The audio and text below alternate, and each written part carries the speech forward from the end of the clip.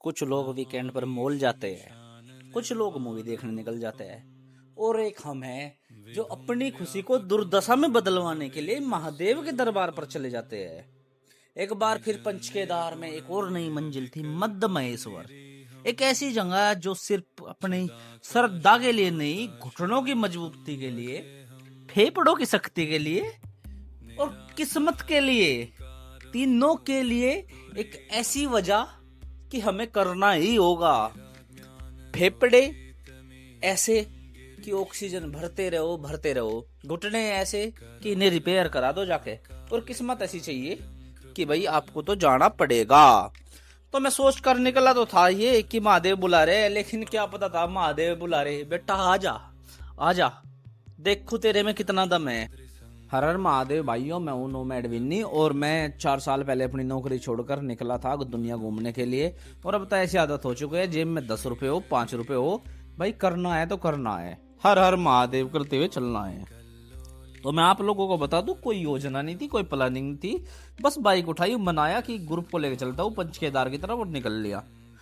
इसमें पैसे वगैरह की भी कोई बात नहीं सोची, सिंपल सी स्ट्रेटेजी है कि भाई जाओ, ट्रैक करो, मंदिर पहुंचो, दर्शन करो, आत्मा को शांति दो। लेकिन ये कभी कभी हमें भारी पड़ जाता है, और इतना ही भारी आज मुझे पड़ा था, क्योंकि जिस इंसान के चेहरे पर हमेशा हंसी रहती है, कुछ ट्रैक उसको तोड़ देते हैं।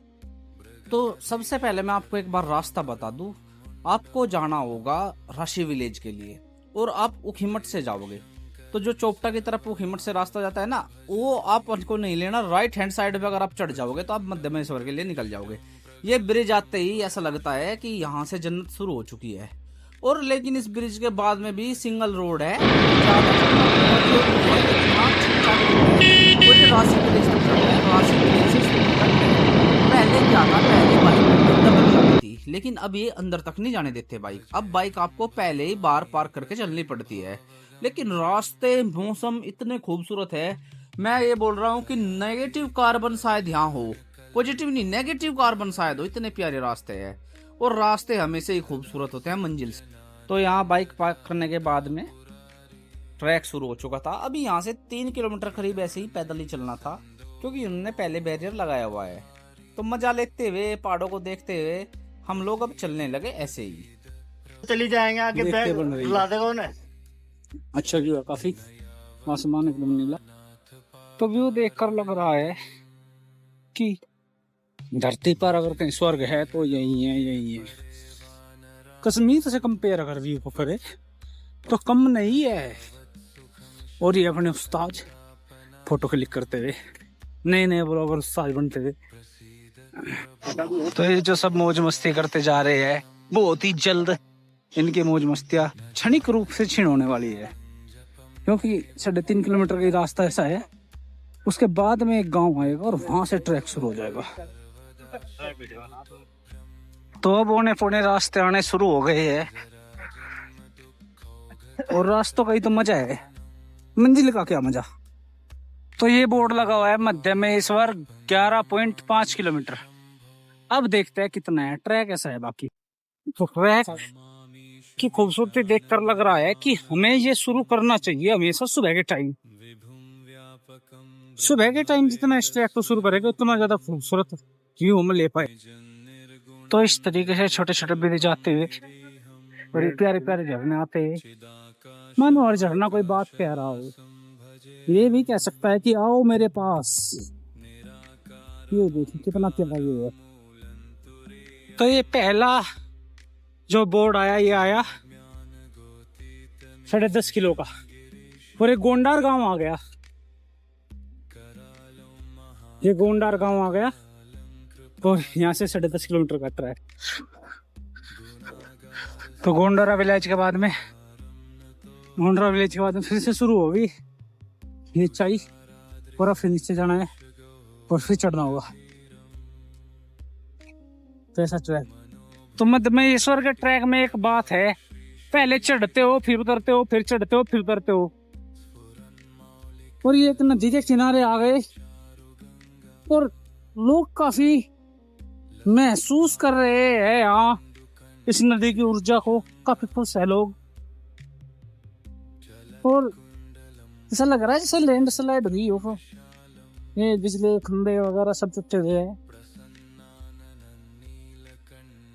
तो बनतौली के बाद में दोबारा फिर चढ़ाई शुरू हो जाती है।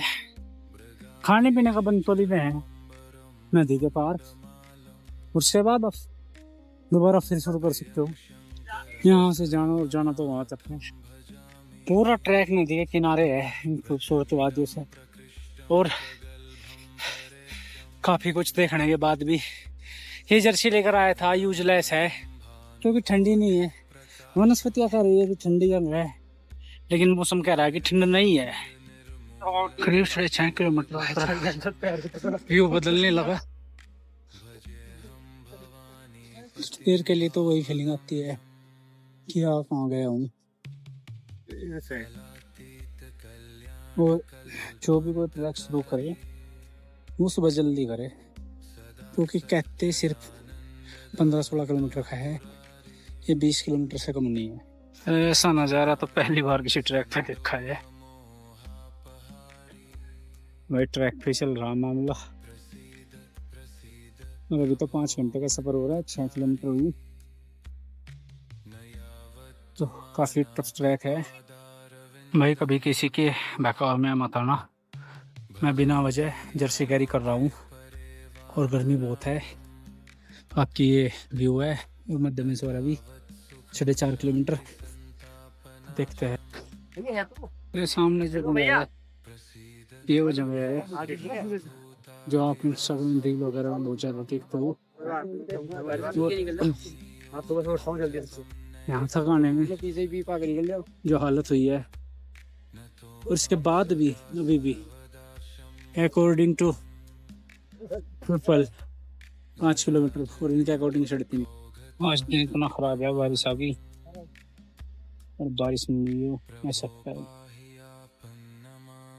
और मेरे पास रेनकोट भी नहीं है क्योंकि बैग नीचे रख दिया था। तो ये बोर्ड है, मरने से पहले स्वर्ग देखने की इच्छा है तो मतलब मैं स्वर्ग चले आना। हर हर महादेव।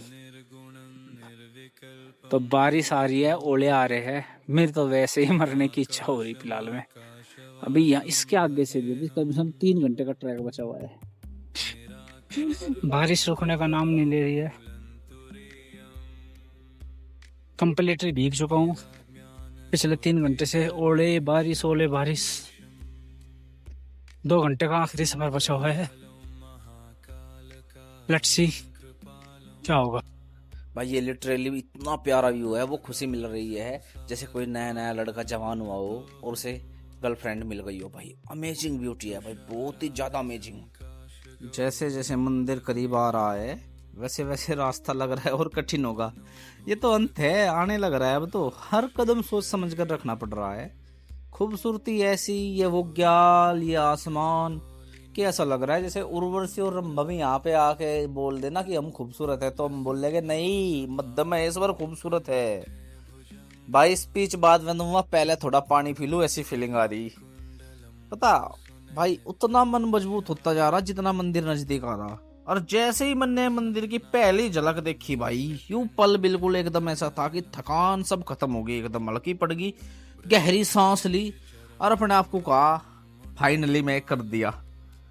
तो पहाड़ जो ये है इतने थकाते नहीं जितनी मन की स्थिति थका देती है, लेकिन इस व्यू को देख के भाई बिल्कुल अमेजिंग। फाइनली आ गया बारिश में ओड़ों में। भाई वो तो भोलेनाथ की कृपा है ना, वो जो भी देगा मुझे तो लेना पड़ेगा ना, वो दर्द दो या खुशी दो, है ना। लेकिन फाइनली मैं भोलेनाथ के पास आ ही गया।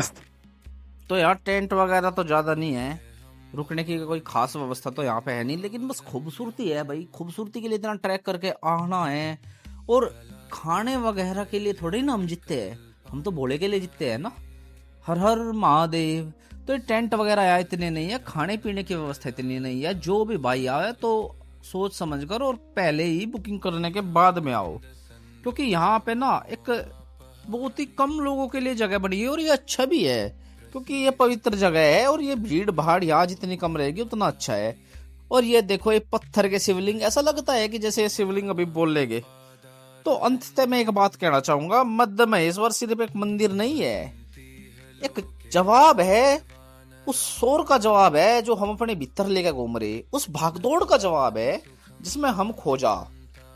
कुछ देर में मंदिर के पास में चुप बैठा, और चुप बैठने के बाद में महसूस करा कि ना तो मेरी कोई इच्छा बची मांगने की, ठीक है, ना मेरा कोई कुछ भी नहीं बचा, बस यूं है कि बस देखता रहूं, बैठकर देखता रहूं और इस खूबसूरती को निहारता रहूं। भाई एक अजब शक्ति थी जिसने मुझे तोड़ा भी और मजबूत भी करा।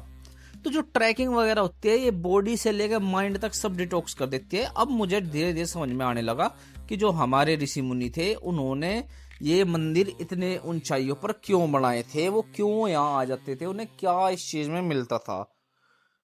तो भाई मध्य महेश्वर ने मुझे एहसास कराया कि शांति खरीदी नहीं जा सकती, शांति तो लेनी पड़ती है, कमानी पड़ती है शांति, मेहनत करने के बाद में। इस ट्रैक ने एक बार फिर मुझे यही बात याद दिलाई नौकरी छोड़ने वाली, कि जो नौकरी है ना वो सिर्फ कमाने भागने के लिए है, और जिंदगी सिर्फ कमाने भागने प्रूव करने का नाम नहीं है। कभी कभी रुकना भी जरूरी है, कभी कभी खुद को सुनना भी जरूरी है। तो इसी के साथ ये सफर होता है खत्म। मिलते हैं अगले वाले पंच केदार में। अगर वीडियो अच्छी लगी हो तो लाइक फॉलो शेयर सब्सक्राइब जरूर कीजिए। Thank you.